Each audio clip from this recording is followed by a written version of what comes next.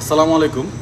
আমি আসলে সৌদি আরবে আছি, আর সৌদি আরবে যারা আসতে চাইতেছেন তাদের বিষয়ে কিছু কথা বলতে চাই। আমি যে প্রতিষ্ঠানে আছি সেটা হচ্ছে ক্যাটারিং, মানে বেকারি টাইপের, রুটি, কেক, তারপরে হচ্ছে কফির যে ট্রেনিংগুলো সেগুলো এখানে করে। অনেক রেস্টুরেন্টের রেসিপি বেচে।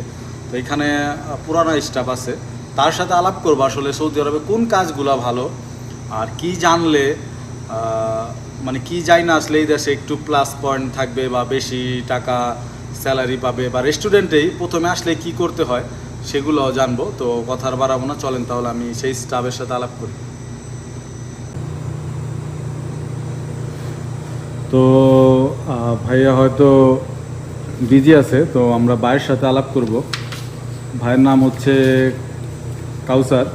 হ্যাঁ কাউসার ভাই, আপনি ওয়ালাইকুম আসসালাম। আপনি কত বছর ধরে আছেন সৌদি আরবে?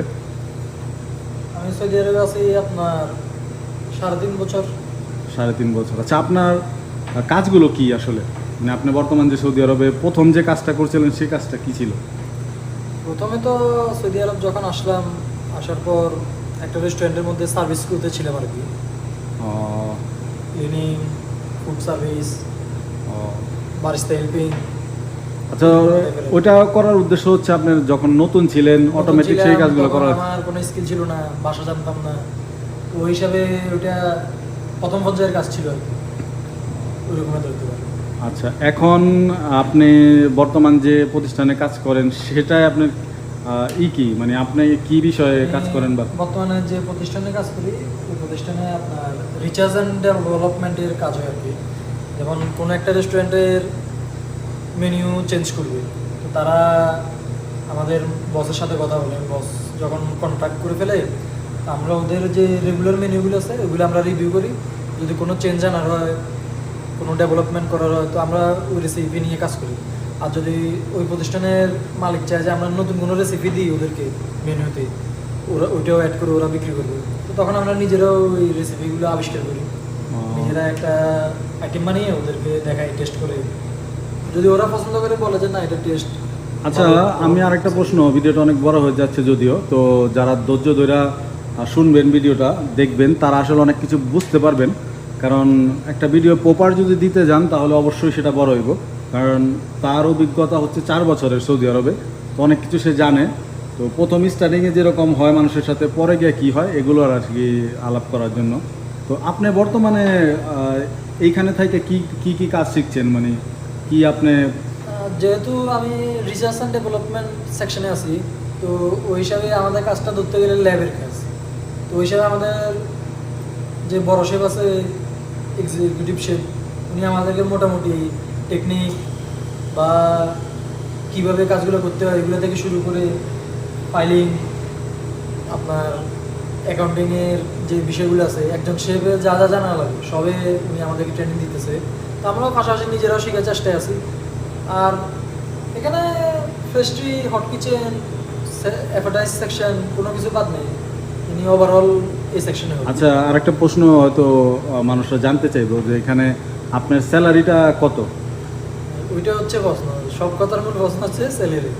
তো স্যালারি এখনও যেহেতু আমি ট্রেনিং অবস্থা আছি, আমার অত একটা বেশি স্যালারি নেই, কিন্তু আলহামদুলিল্লাহ যা পাই আলহামদুলিল্লাহ।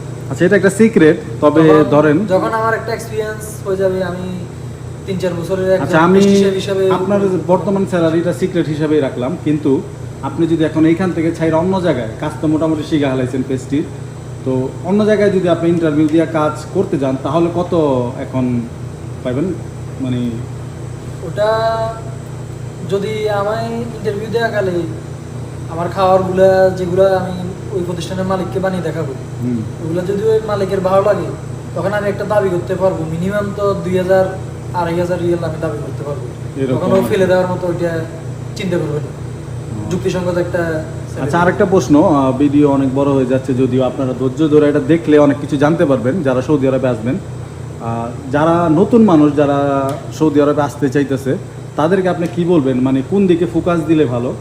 এবং যে যে সেকশনে আসবে ওইদিকে ফোকাস দিলে ভালো, কিন্তু যারা বিশেষ করে এরকম বিষয় নিয়ে আসতেছেন যে সৌদি আরবে কিচেনে কাজ করবেন বা রেস্টুরেন্ট, হসপিটালিটি লাইনে কাজ করবেন, তো ওইরকম লোকদের ক্ষেত্রে ইংরেজি, অ্যারোবিক বেসিক, আর যদি রেস্টুরেন্ট লাইনে কাজ করেন রেস্টুরেন্ট লাইনের বেসিক যে কথাবার্তা বা ওখানে যে কাজগুলোর বেসিক যে জিনিসগুলো আছে ওগুলো যদি নলেজে রাখে তাহলে ওইটা একটু বেটার হয়, তাহলে আর বসদের থেকে এত প্যারা খাইতে হয় না আর কি। আচ্ছা, আরেকটা প্রশ্ন, যদি কেউ জানে যে আমি রেস্টুরেন্টে কাজ করবো সৌদি আরবে পয়সা, সে কি দেশে কোনো রেস্টুরেন্টে ট্রাই করতে পারে যে আমি কয়েকদিনের জন্য ওখানে হ্যাঁ, শিখি?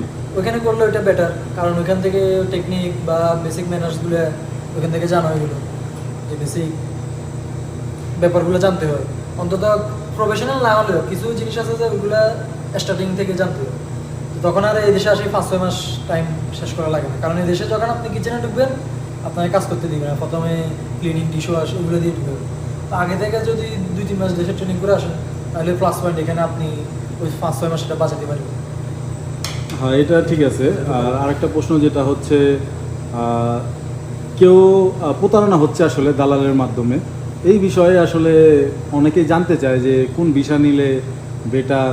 যদিও ভিসা সম্পর্কে আমাদের তেমন একটা আইডিয়া নাই, কিন্তু যদি আপনার কিছু জানা থাকে সেটা বললে হয়তো আমার ভালো। মতামত অনুযায়ী কোনো থার্ড পার্সন না ধরে ডাইরেক্ট বাংলাদেশি যে সৌদি এমবেসি আছে, বাংলাদেশ সরকারিভাবে যে সৌদি আরবের জন্য বিষয় নির্ধারণ করা হয় ওই পদ্ধতিতে আসতে পারেন, অথবা যদি আপনার পরিচিত কোনো ভাই ব্রাদার থেকে থাকে, দালাল ছাড়া পরিচিত আপনার বন্ধু বান্ধব ভাই ব্রাদার, তার কফিল আছে, সেই কফিলে লোক আনবে বা নতুন প্রতিষ্ঠান খুলছে লোক আনবে, ওইরকম আগে ওইরকমও বিশ্বাস করি না, কিন্তু ওইরকম যদি সুযোগ সুবিধা থাকে তাহলে প্রথম যখন বিশের পেপারগুলো আসবে বিশের পেপার ভালোভাবে চেক করবে, ওইখানে আপনার চাকরি এমপ্লয়ি ওইখানে কী লেখা আছে, আপনি কী চাকরি করবেন। কারণ অনেকে আছে লোড আনলোড ওয়ার্কার, দারোয়ানের কাজের ওয়ার্কার, এগুলো তারপরে ক্লিনার, এগুলো দিয়ে পাঠাই দেয়, পরবর্তীতে ভালো কোনো কাজে যাওয়া হয় না। এই কারণে বিষয়টা ভালোভাবে বিষয় চেক করে নেবেন, যদি বিষয় আপনার কাজের কথার সাথে না মিলে ক্যান্সেল, ওইখানে প্রতারণা শিকার হবে 100%। মানে আপনি বলতেছেন কোনো তাড়াহুড়া নাই, দরকার করে দেখে। এদেশে আসলে প্রপারলি বাংলাদেশে থাকা অবস্থা আপনার কাগজগুলো ভালোভাবে ডকুমেন্টসগুলো চেক করে নিন। এটা আচ্ছা, verification আমাদের করতে হবে। আসলে ভিডিওটা করার উদ্দেশ্য এটাই ছিল যে আপনারা যাতে প্রতারণা না হয়, কোন কোন কাজ শিখে আসলে ভালো, যেই বিষয়ে কাজে আসবেন। আর খুব বেশি যদি আপনার ক্লোজ লোক না হয় তাহলে ওইভাবে বিশ্বাস করাও ঠিক না। তো যতটুকু জাস্টিফাই করা বাংলাদেশ থেকে জাস্টিফাই করে আসেন তাহলে আসলে ভালো। আর সবাই আমরা আশা করি যে আমরা কিচেনে কাজ করব, রেস্টুরেন্টে কাজ করব, তো এটার জন্য আসলে ভিডিওটা করার উদ্দেশ্য। তো আমার ভিডিও শেষ করছি। আপনাদের যদি কিছু জানার থাকে আমার এই ভিডিওতে কমেন্ট করবেন, আশা করি আমি সব বলে দিব। তো ভালো থাকবেন, সুস্থ থাকবেন, আবার দেখা হবে নতুন কোনো ভিডিও। আসসালামু আলাইকুম।